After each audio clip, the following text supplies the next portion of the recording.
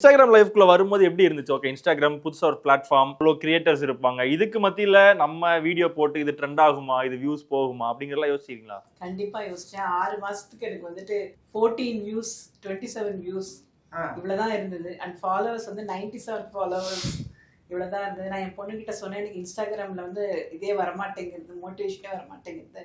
So நான் better நான் வந்து குவைட்டாக நான் அதுலேருந்து வெளியே போயிடுறேன். எனக்கு டிக்டாக் மாதிரி இதில் வந்து எனக்கு இதாகாது போல இருக்கு.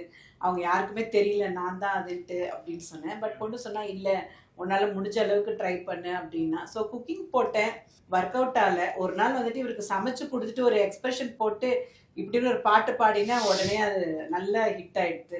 ஸோ அப்போலேருந்து நினச்சா ஆடியன்ஸ் வந்து என்னோட எக்ஸ்பிரஷன்ஸ் எதிர்பார்க்குறாங்க, என்னோட ஆக்டிங் எதிர்பார்க்குறாங்க, சும்மா சமைச்சு காட்டாத அப்படின்னு நினைக்கிறாங்க அப்படின்னு நான் அந்த பேஷனுக்குள்ளே போயிட்டேன். லிப் சிங்கிங்கு, டான்ஸு, பாட்டு பாடுறது, அந்த மாதிரி வடிவேல் காமெடி பண்ணுறது, விவேக் காமெடி பண்ணுறது, அந்த மாதிரி போயிட்டேன். இல்லை, ஒன் திங் இஸ் என்னை வந்து தொந்தரப்படுத்த மாட்டாங்க. அவங்க தாங்களே மொபைல் அரேஞ்ச் பண்ணிட்டு அந்த இதெல்லாம் பண்ணி செட்டிங்ஸ் எல்லாம் பண்ணிட்டு பின்னாடி போகக்கூடாது. நாங்கள் when she is shooting நான் பின்னாடியால் ஆமாம், அது ஒரு ரெஸ்ட்ரிக்ஷன் இருக்குல்ல.